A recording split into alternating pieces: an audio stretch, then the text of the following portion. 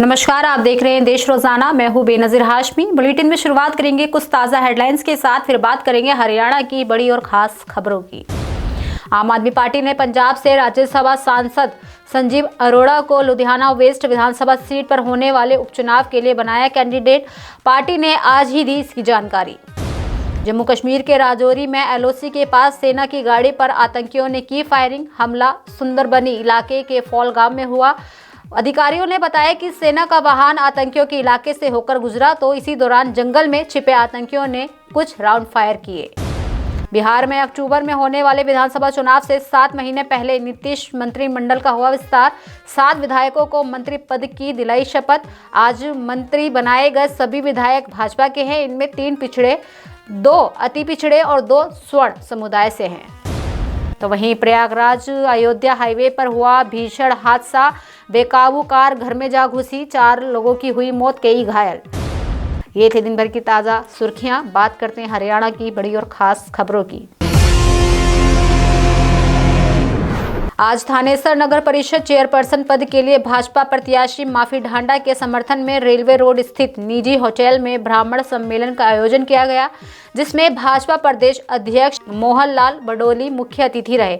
आपको बता दें कि उन्होंने निर्विरोध चुने गए भाजपा प्रत्याशियों की पीठ थपथपाई। दरअसल प्रदेश अध्यक्ष मोहनलाल बडोली ने कहा कि प्रदेश की जनता का कांग्रेस से विश्वास उठ चुका है और अब कांग्रेस के पास कुछ नहीं बचा। निकाय चुनाव में कांग्रेस सिर्फ औपचारिकता निभा रही है। साथ ही मोहनलाल बडोली ने यह भी कहा कि प्रधानमंत्री नरेंद्र मोदी की गारंटी पर जनता का भरोसा है, इसीलिए विधानसभा चुनाव में भी लोगों ने तीसरी बार भाजपा की पूर्ण बहुमत की सरकार बनाने का काम किया है।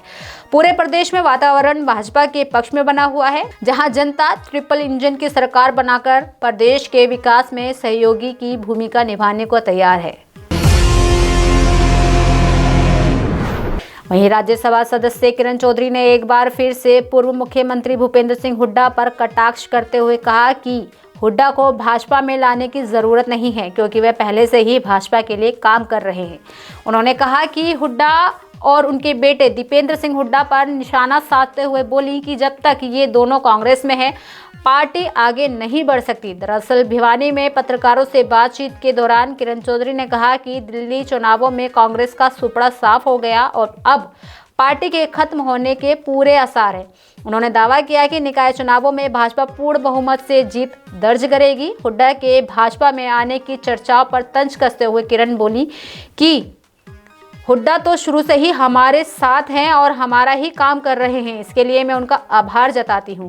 किरण चौधरी ने कहा कि कांग्रेस में कुछ बचा ही नहीं है और अब हर नेता जनहित के कामों के लिए दूसरी पार्टी में जगह तलाश रहा है। बताते चलें कि साथ ही किरण चौधरी ने यह दावा भी किया कि कांग्रेस तेलंगाना और कर्नाटक में भी अगली बार हार जाएगी।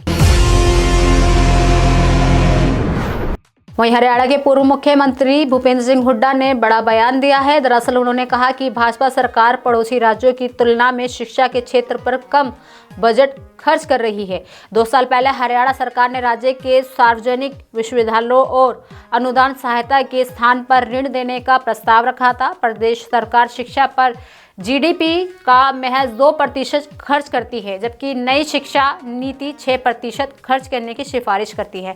हुड्डा ने कहा कि भाजपा के शिक्षा के प्रति उदासीन रवैये के चलते उच्च शिक्षा में ड्रॉप आउट रेट लगातार बढ़ता जा रहा है और कॉलेज और विश्वविद्यालयों के कोर्स में बड़ी संख्या में सीटें खाली रह रही हैं।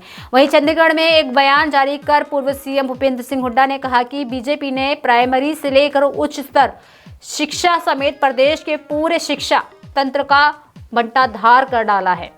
दरअसल बताते चले कि साथ ही उन्होंने कहा कि स्कूलों से लेकर कॉलेज और यूनिवर्सिटी तक हर जगह शिक्षकों के आधे से ज्यादा पद खाली पड़े हुए हैं। एक तरफ बीजेपी नई शिक्षा नीति लागू करने को ढिंडोरा पीट रही है, तो वहीं दूसरी तरफ आरटीआई के जरिए सरकार की मौजूदा शिक्षा नीति व नीयत का खुलासा हो रहा है।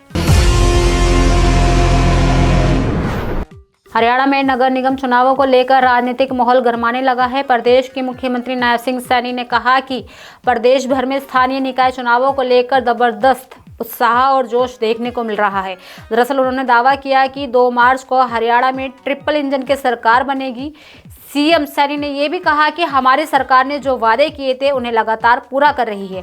स्थानीय निकाय चुनावों के लिए हमने जो 21 संकल्प लिए हैं उन्हें भी हमारी सरकार अमल में लाएगी। वहीं इस बीच हरियाणा के मंत्री अनिल विज ने विपक्ष पर निशाना साधते हुए कहा कि नगर परिषद चुनाव में कांग्रेस समेत सभी राष्ट्रीय और क्षेत्रीय पार्टियां मैदान में भाग ले रही हैं। उन्होंने कहा कि बीजेपी की लोकप्रियता से डरकर विपक्षी दल अपने उम्मीदवार नहीं उतार रहे हैं। कई और राज्य में बीजेपी की सरकार है। अब जनता चाहती है कि नगर परिषद में भी बीजेपी आए ताकि बिना किसी बाधा के सरकार काम कर सके। तो ये थी दिन भर की ताज़ा सुर्खियों के साथ हरियाणा की बड़ी और खास खबरें। कल फिर होगी मुलाकात ऐसी ही खास खबरों के साथ। तब तक के लिए बने रहिए हमारे साथ और देखते रहिए देश रोजाना। नमस्कार। हमारे साथ जुड़े रहने के लिए सब्सक्राइब करें देश रोजाना के YouTube चैनल को और नई वीडियो की नोटिफिकेशन पाने के लिए बेल आइकन जरूर दबाएं। अगर आप ये वीडियो Facebook या Instagram पर देख रहे हैं तो पेज को लाइक और फॉलो जरूर करें और ज्यादा से ज्यादा शेयर करें।